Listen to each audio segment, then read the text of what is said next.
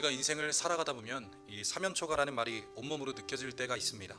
도망칠 곳도 없고 도와줄 사람도 없고 이 시간이 시시각각 나를 조여오는 듯한 느낌이 들 때가 있습니다. 오늘 본문에 등장하는 이스라엘의 첫 번째 왕 사울이 바로 그런 위기 앞에 서 있는 것을 보게 됩니다. 블레셋이라는 거대한 대적이 군대를 이끌고 쳐들어왔는데 그 수가 해변의 모래처럼 많았다 이야기합니다. 반면 사울을 따르는 이스라엘 백성들은 두려웠고 떨었고 굴과 숲을 바위 틈에 숨기 바빴습니다. 심지어 이 사울 곁에 남은 자들조차 벌벌 떨고 있는 아주 절망적인 상황이었습니다. 이때 사울에게 남은 유일한 소망은 하나였습니다. 바로 하나님의 사람 사무엘이 와서 번제를 드리고 하나님의 도우심을 구하는 것이었습니다. 사무엘은 사울에게 기한을 정해 주었는데요, 7일을 기다리라 이야기합니다. 사울은 기다렸습니다. 하루, 이틀, 사흘, 마침내 약속한 7번째 날이 되었습니다.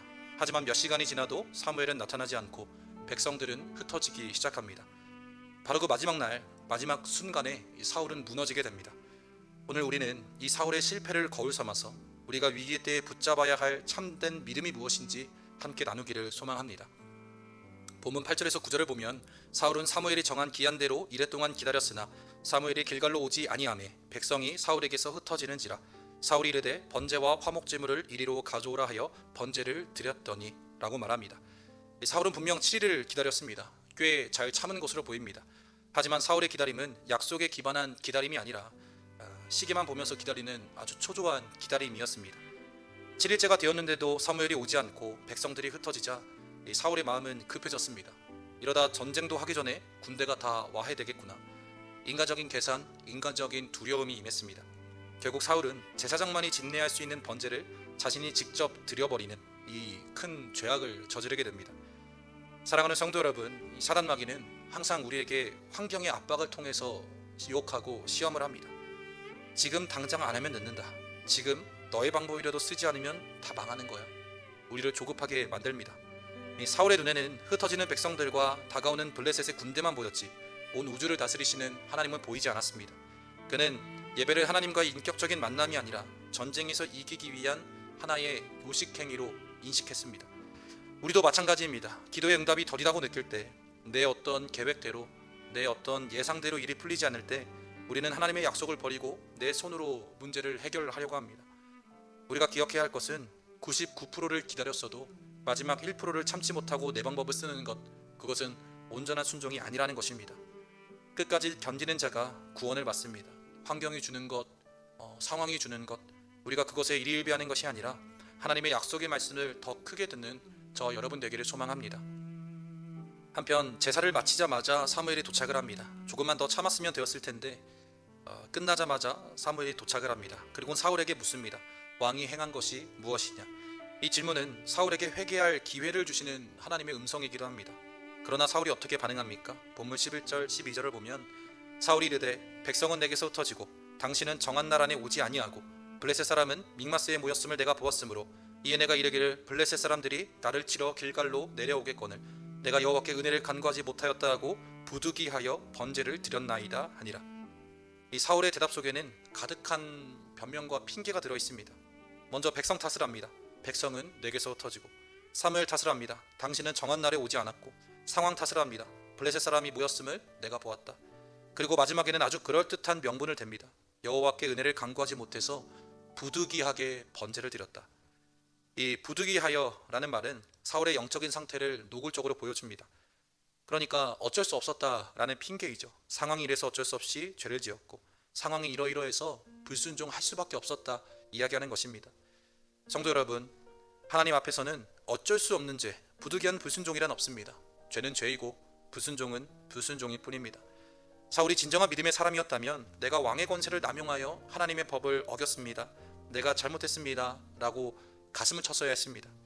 인간은 위기를 만나면 본능적으로 핑계댈 대상을 찾는다고 합니다. 하지만 하나님이 원하시는 것은 어떤 그럴듯한 변명이 아니라 깨어진 마음으로 드리는 정직한 회개인 줄로 믿습니다. 오늘 이 새벽 상황 때문에 어쩔 수 없었다라는 것은 그런 변명을 내려놓고 주님 앞에 어떤 나의 영적인 실상을 정직하게 고백하며 나아가기를 소망합니다.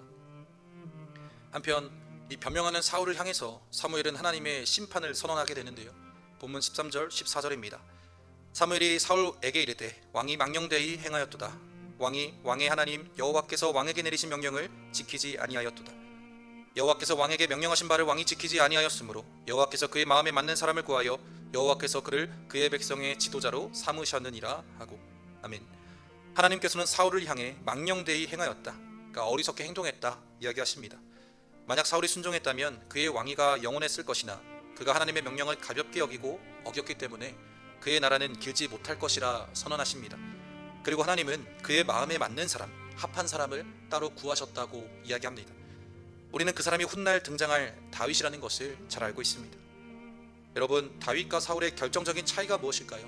능력의 차이가 있을까요? 외모의 차이가 있을까요? 아닙니다. 하나님의 말씀을 대하는 태도에서 차이가 있다라는 것입니다. 다윗 역시 인생의 수많은 위기를 겪었고 심지어 사울보다 더욱 흉악한 사건을 저지르기도 했습니다. 그러나 다윗은 나단 선지자가 그의 죄를 지적했을 때 왕의 권위로 선지자를 죽이거나 핑계대지 않았습니다. 그 자리에서 침상이 적시도록 눈물을 흘리며 내가 여호와께 죄를 범했노라 정직히 회개했습니다. 또한 사울을 죽일 기회가 2번이나 있었음에도 여호와의 기름 부음 받은 자를 치는 것은 하나님이 금하신다 이렇게 이야기하며 하나님 말씀 때문에 칼을 거두기도 했던 사람입니다. 즉 다윗은 자신의 목숨이 위태로운 상황에서도 하나님의 말씀을 자신의 생각보다 더욱 위에 두었던 사람이라는 것입니다.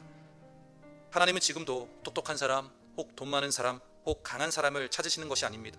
비록 힘이 없고 초라할지라도 끝까지 하나님의 말씀을 신뢰하고 그 말씀에 절대 순종하는 하나님 마음에 합한 사람을 찾으시는 줄로 믿습니다. 사랑하는 성도 여러분, 오늘 본문 15절은 씁쓸한 장면으로 끝을 맺게 됩니다.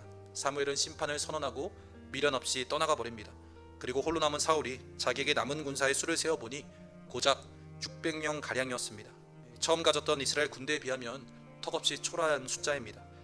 사울은 군사가 흩어지는 것을 막으려고, 즉 눈에 보이는 숫자를 지키려고 하나님의 명령을 어기며 제사까지 드렸습니다. 하지만 결과가 무엇입니까? 하나님도 잃고 사무엘도 떠나고 백성들도 다 흩어져서 고작 600명 밖에 남지 않았습니다.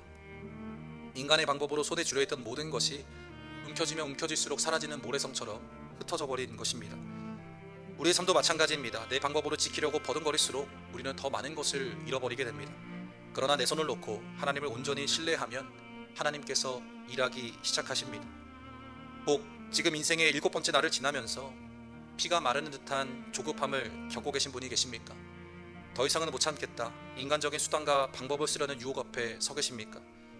이 사울의 실패를 거울 삼아 우리의 조급함을 주님의 십자가 앞에 못 박기를 소망합니다.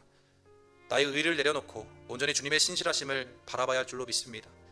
하나님, 제 눈에는 아무것도 보이지 않고 상황은 나빠져 가지만 나는 주님의 말씀을 먼저 붙잡겠습니다. 그렇게 고백하는 새벽이 되기를 소망합니다. 그리하여 사울처럼 버림받는 인생이 아니라 다윗처럼 너는 내 마음에 합한 사람이라 칭찬받고 하나님이 예비하신 승리를 맛보는 모든 성도님들이 되시기를 주님의 이름으로 간절히 소망합니다.